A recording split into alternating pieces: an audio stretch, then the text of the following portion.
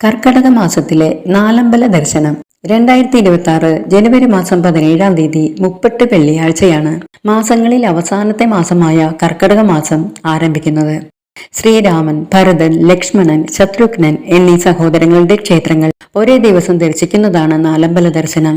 ഈ ക്ഷേത്രങ്ങളിൽ ഉച്ചപൂജയ്ക്ക് മുൻപായി ദർശനം നടത്തുന്നത് പുണ്യകരമായി കണക്കാക്കുന്നു.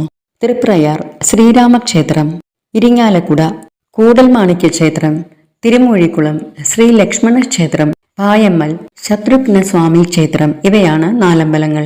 സാധാരണയായി ശ്രീരാമക്ഷേത്രത്തിൽ ദർശനം തുടങ്ങി ശ്രീ ലക്ഷ്മണസ്വാമി ക്ഷേത്രം, ശ്രീ ഭരത ക്ഷേത്രം, ശ്രീ ശത്രുഘ്ന ക്ഷേത്രം എന്നീ ക്രമത്തിലാണ് ദർശനം നടത്തുന്നത്. തുടർന്ന് വീണ്ടും ശ്രീരാമക്ഷേത്രത്തിലെത്തി ദർശനം പൂർത്തിയാക്കുന്നു.